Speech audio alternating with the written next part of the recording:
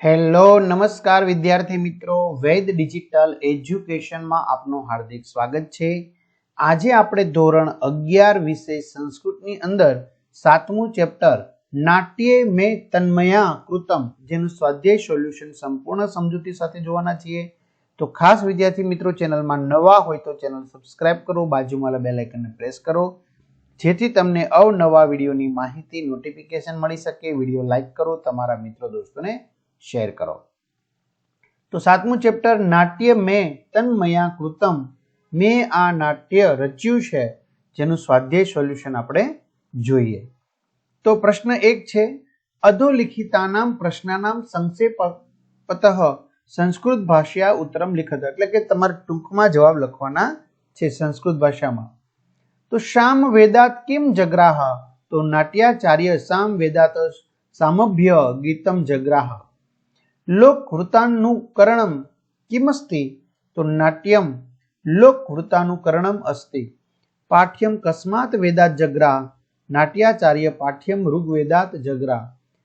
कति वेदा सन्ति तेषां नामानि लिखतः, चत्वार वेदा सन्ति ऋग्वेद यजुर्वेद सामवेद अथर्ववेद च, नाट्याख्य पंचम वेद च कथयते। સસંદર્ભ સમજાવો એ પહેલા ખાસ વિદ્યાર્થી મિત્રોની કમેન્ટ આવે છે કે સર અમારે આવા આર્ટ્સના તમામ વિષયના વિડિયો લેક્ચર જોવા હોય તો મળી જશે સ્વાધ્યાય? હા, મળી જશે વિદ્યાર્થી મિત્રો। ક્યાંથી મળશે? તો કે ભાઈ આપણી વેદ ડિજિટલ એજ્યુકેશન નામની એપ્લિકેશનમાંથી મળશે, જે ગૂગલ પ્લે સ્ટોર કે જ્યાંથી આપણે ગેમ ડાઉનલોડ કરીએ તો ત્યાં જઈને વેદ ડિજિટલ એજ્યુકેશન નામની એપ્લિકેશન તમારે ડાઉનલોડ કરવાની, જેમાં પરીક્ષાના પેપર સેટ બરાબર આ બધું જ તમને મળી જવાનું છે। તો ગૂગલ પ્લે સ્ટોર કે જ્યાંથી આપણે ગેમ ડાઉનલોડ કરીએ તો ત્યાં જઈને વેદ ડિજિટલ એજ્યુકેશન નામની એપ્લિકેશન તમારે ડાઉનલોડ કરવાની। ઓપન કરશો એટલે આ પેજ ખુલશે બરાબર, આ પેજ, તો આ પેજ ખુલે એમાં તમારો પોતાનો મોબાઈલ નંબર નાખી સેન્ડ ઓટીપી કરી દેવાનો, એટલે 4 આંકડામાં તમે ઓટીપી નાખશો એટલે પેડ કોર્સમાં જુદા જુદા પેડ પ્લાનની પીડીએફ, એક્ઝામ પેપરમાં પેપરો 3 થી 12માં 3 થી 12ના વિડીયો, એમાં તમારું ધોરણ પસંદ કરી અને વિષય પ્રમાણે તમે સ્વાધ્યાયની નિહાળી શકશો। ચાલો સસંદર્ભ સમજાવો। નાટ્યાંખ્ય પંચમ વેદ, બરાબર, જે આ નાટ્ય નામનો 5મો વેદ એમના વિશે આપણે શું કરવાનું છે? સરસ રીતે સમજાવવાનું છે। તો અનુવાદ પહેલા આપવાનું છે, ત્યાર પછી આપણે એમનું શું આપવાનું છે? સ્પષ્ટીકરણ, બરાબર। તો વ્યવસ્થિત વિદ્યાર્થી મિત્રો, ભારતીય નાટ્ય શાસ્ત્રીય પરંપરામાં આચાર્ય ભરતનું નાટ્યશાસ્ત્ર સૌથી પ્રાચીન ગ્રંથ ગણાય છે। આ નાટ્યશાસ્ત્રના પ્રથમ અધ્યાયમાંથી પ્રસ્તુત શ્લોકાર્થ લેવામાં આવ્યો છે, જેમાં નાટકનું મહત્વ પ્રતિપાદિત કરવામાં આવ્યું છે, બરોબર। તો આ રીતે તમારે શું કરવાનું છે? એમાંથી જોઈ વ્યવસ્થિત રીતે લખવાનું રહેશે। ક્લિયર?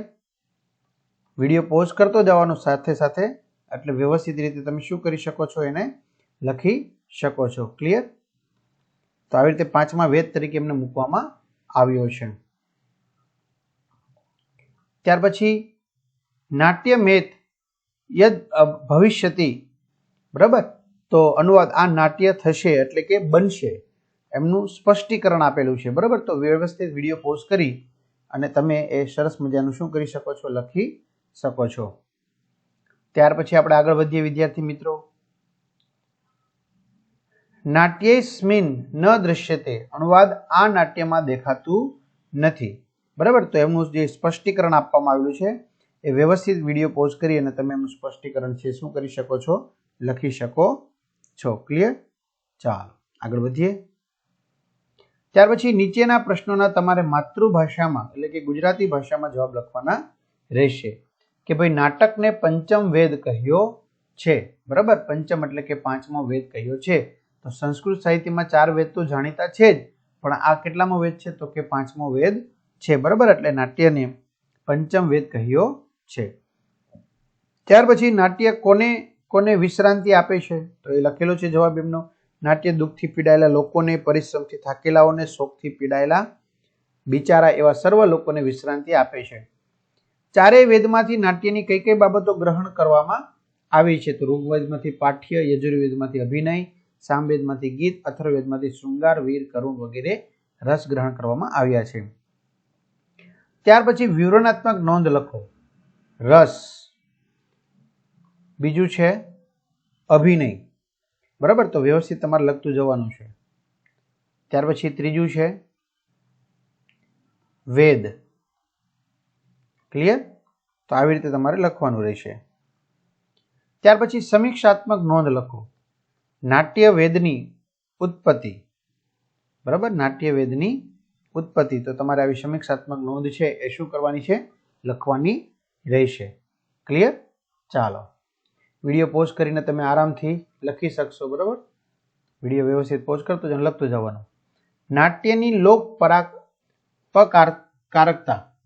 લોકોપકારકતા, બરાબર, નાટ્યની લોકોપકારકતા, તો એ પણ તમારે વ્યવસ્થિત રીતે લખવાની છે. વિડીયો પોઝ કરતું જવાનું અને લખતું જવાનું. તો આ રીતે વ્યવસ્થિત વિદ્યાર્થી મિત્રો અહીંયા સ્વાધ્યાય સોલ્યુશન પૂર્ણ થાય છે. તમારા મિત્રો દોસ્તોને જાણ કરજો. ચેનલમાં નવા ચેનલ સબસ્ક્રાઇબ કરજો. વિડીયો લાઇક કરજો. અસ્તુ. જય હિન્દ, જય ભારત.